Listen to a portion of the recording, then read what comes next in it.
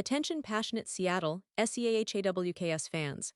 Latest news, something big is happening in the NFC West and it could change the game. We're talking about a direct impact on Seattle Seahawks' path to another Super Bowl run, a power shift that could leave a division rival stumbling for years. We're bringing this to you firsthand. But before that, if you're a true Seattle Seahawks fan, subscribe to the channel to strengthen this passion even more. Show that you're also part of this family. Let's help each other reach 1,000 subscribers. Share with your FRINDS and Seattle SEAHAWKS fans. Let's get to the news now, folks. If you've been following the Seahawks this season, you know it's been a roller coaster from the start. We've seen some incredible flashes of brilliance, especially from our young stars, but also a lot of challenges, particularly on the defensive side of the ball. And right now, those challenges are hitting us hard. Just when we thought the secondary was starting to find its rhythm, bam, we get hit with some tough news. The injury bug has bit us again, and it's hit our secondary hard. Especially that key player, Rick Woolen, our starting cornerback. If you watched the game against Tampa Bay, you saw Woolen go down in the third quarter after a run play. It was a tough moment for the Seahawks, and frankly, for Woolen himself. He hit the bench with a concussion, and let me tell you, losing Woolen, who's been a cornerstone of our defense this season, is a huge blow. Woolen had been a near-constant presence on the field, playing 97% of our defensive snaps up to this point. That level of consistency, that ability to lock down receivers and create turnovers, has been vital for our defense's identity. In his 4 starts, he racked up 14 tackles and even defended a pass, showing his versatility and playmaking ability. He's been a bright spot, a player who's growing into one of the league's top young cornerbacks. And now, with him sidelined, it's opened up some serious questions about how our secondary will hold up going forward. In Woolen's absence, second-year cornerback Nehemiah Pritchett stepped in. Now, Pritchett is a promising young player, but he struggled a bit in coverage during the Tampa Bay game. It's understandable, stepping into a starting role mid-game against a quarterback like Baker Mayfield is no easy task. And speaking of Pritchett, he also picked up a minor injury in the second half, which added to the headache for the Seahawks coaching staff. Luckily, after evaluation, he was able to return, but it just highlights how fragile our secondary depth really is right now. And let's not forget, this wasn't just about Woolen or Pritchett. Devin Witherspoon and Julian Love, 2 other key members of our secondary, were inactive for this game.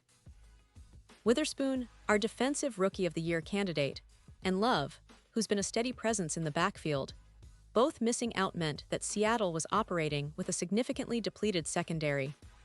This made it easier for Baker Mayfield to do whatever he wanted through the air, completing 29 of 33 passes for a whopping 379 yards and 2 touchdowns.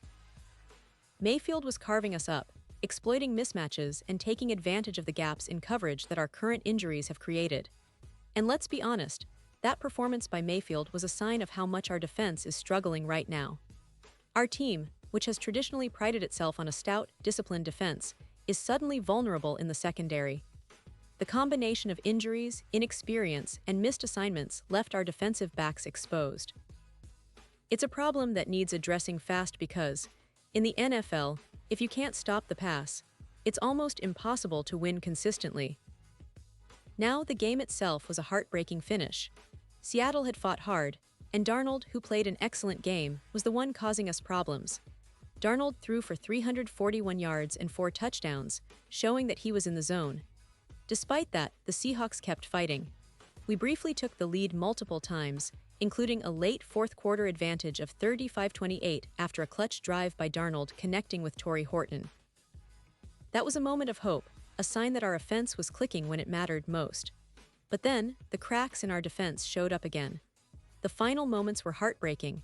With just over a minute remaining, Darnold threw an interception, giving Tampa Bay a chance to drive down the field. And drive they did 70 yards in just 5 plays, culminating in a game-tying field goal by Chase McLaughlin. That set the stage for a dramatic finish. And in the end, it was McLaughlin who sealed the deal with a field goal, giving Tampa Bay a 38-35 victory at Lumen Field. That's a game that on paper we could have won, but the defensive lapses and injuries proved too much to overcome. And let's talk about the bigger picture here. Our defense, which has been a pillar of our team in recent years, is now facing serious adversity. Derrick Hall, another key defensive player, was also out for this game, which only added to the chaos. It's clear that depth is an issue. Our young players are showing promise, but they're still learning, still developing. The absence of Witherspoon and Love, combined with Woolen's injury, leaves us with questions about how well we can hold up against tough opponents like the Jacksonville Jaguars in Week 6. Looking ahead, there's some hope. Witherspoon and Love are expected to return soon, possibly by next week's matchup. That will give us a much-needed boost in the secondary. But the truth is, the depth behind them remains a concern. We need our coaching staff to get creative, to find ways to shore up the defense, especially in the passing game. It's a challenge, but one that our team is no stranger to. We've overcome adversity before, and I believe the Seahawks will come out stronger.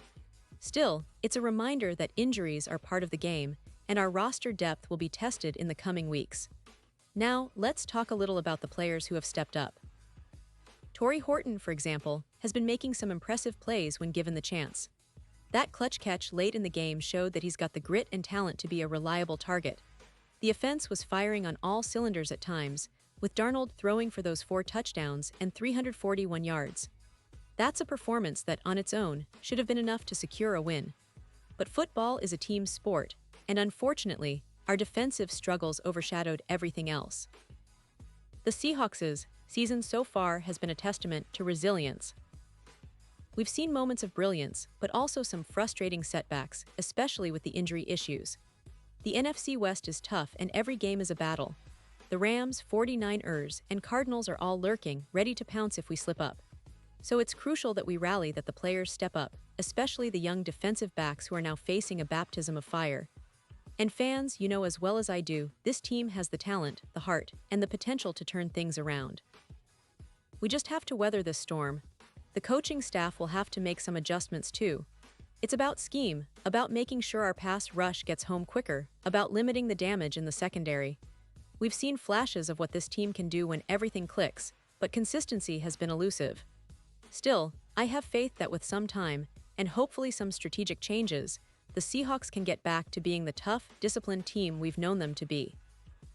And for us, the fans, this is where our support becomes even more vital. We need to be loud, we need to be proud, and we need to believe in our team. This season is far from over, and I believe the Seahawks still have a lot to show. The young guys like Woolen and Witherspoon are developing, and once they're fully healthy, I expect them to bring back that steel curtain defense we're used to. But in the meantime, it's about grinding through the adversity, staying united, and trusting our coaching staff to find solutions. So, as we look ahead to the next game against the Jacksonville Jaguars, it's clear that the Seahawks will need to tighten up, especially in the secondary. They'll need to find ways to limit big plays and get back to that aggressive, disciplined style of play that made us feared on defense. It's a tall order, but if there's one team that can turn this around, it's Seattle.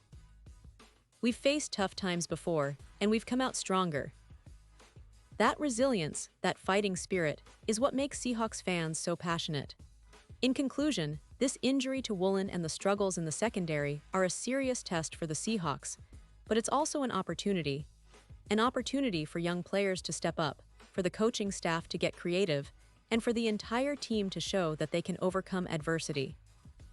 Remember, football is a game of inches and moments, and I believe that the Seahawks will learn from this, grow stronger, and come back even more hungry. We've seen what this team can do when they're firing on all cylinders, and I have no doubt that brighter days are ahead. Keep the faith, stay loud, and let's support this team through thick and thin because, in the end, that's what Seahawks fans do best. And now, Seattle Seahawks fans, I want to hear from you. What's your take on this? Drop your thoughts in the comments below. Your opinion matters so much to us and the Seattle Seahawks. And don't forget, I'll be back soon with more updates, so stay tuned for the latest Seattle Seahawks news.